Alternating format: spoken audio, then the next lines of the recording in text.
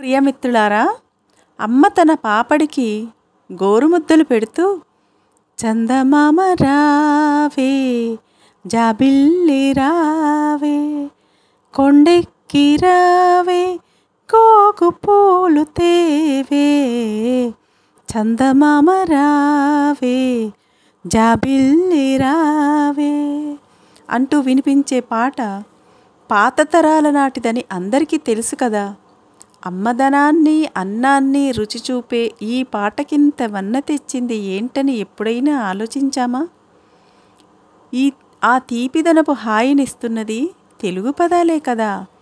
మరి తెలుగు పదాల అర్థాల పదాలను చూపుతూ శ్రీమతి రాజా వాసిరెడ్డి మల్లీశ్వరి అక్కయ్య రచించిన ఒక్క పదం అర్థాలెన్నో గ్రంథం నుండి ఈనాడు పరిణామము, పరిధి అనే పదాల వ్యాసాలను వినిపిస్తున్నది శ్రీమతి శ్రీదేవి జక్క. తుఫానులు, వరదలు, భూకంపాలు మొదలైన ప్రకృతి ఉత్పాతాలు ఎదురైనప్పుడు భౌగోళిక పరిస్థితులతో పాటు జనజీవితాలలోనూ అనేక పరిణామాలు చోటు చేసుకుంటాయి. పరిణామం ఏదైనా ఎలాంటిదైనా తట్టుకొని నిలిచేవాడే ధైర్యవంతుడు. మరి పరిణామము అనే పదానికున్న అర్థాలేంటో తెలుసుకుందామా? అన్యాలోకన భీకరంబులు జరాశావేశ పానీకముల్ వన్యేభంబులు కొన్ని మత్తతములై ప్రజ్ఞావిహారాగతో పాదన్యత్వంబున్ మభూరి బుధరధరి ద్వారంబులందుండి జన్యక్రీడల నీరు గాలి వడి కాసారావగాహార్థమై. పోతనగారి గజేంద్రమోక్షంలో ఏనుగుల గురించి చెప్పబడింది. ఆ ఏనుగుల ముఖాలకిరువైపులుండే తెల్లని అతి విలువైన దంతములు పరిణామము అనే పదానికి గల ఒక అర్థము. కావ్యానికి అలంకారాలు అనేక రకాలని ఇదివరకే చెప్పుకున్నాం. ఉపమానము, ఉపమయము కలిసిపోయి క్రియతో కూడినప్పుడు అది ఒక అలంకారముగా దాని పేరు పరిణామాలంకారము.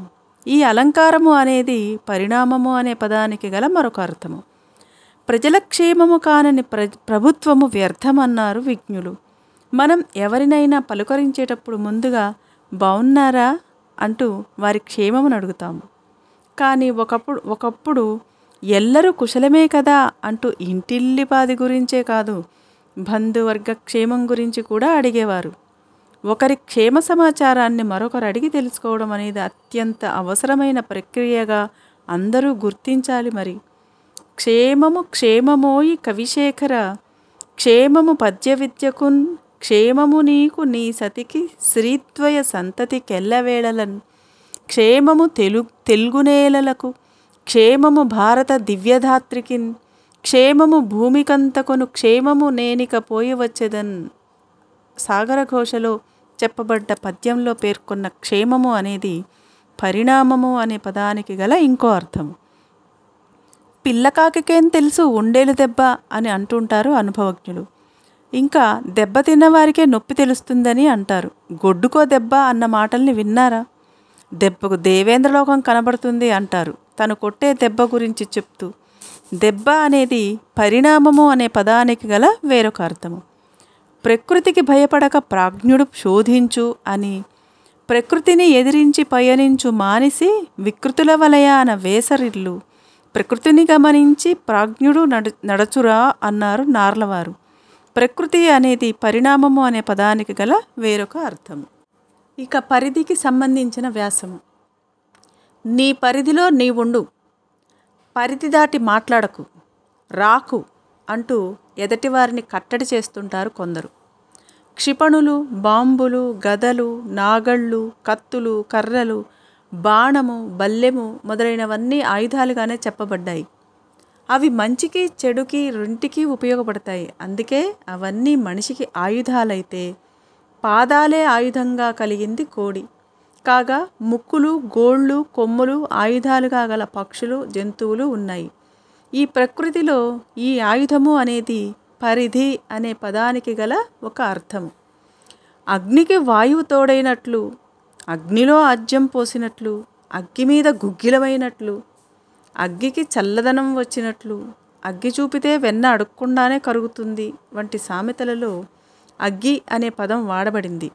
అగ్గి లేదా అగ్నిదేవుడి ముందు హారతిగా, దివ్యగా ఇంటికి వెలుగునిచ్చే దీపంగా, పొయ్యిలో మంటగా, ఇలా ఎన్నో రూపాలలో ఉండే అగ్గి అనేది పరిధి అనే పదానికి గల మరొక అర్థం.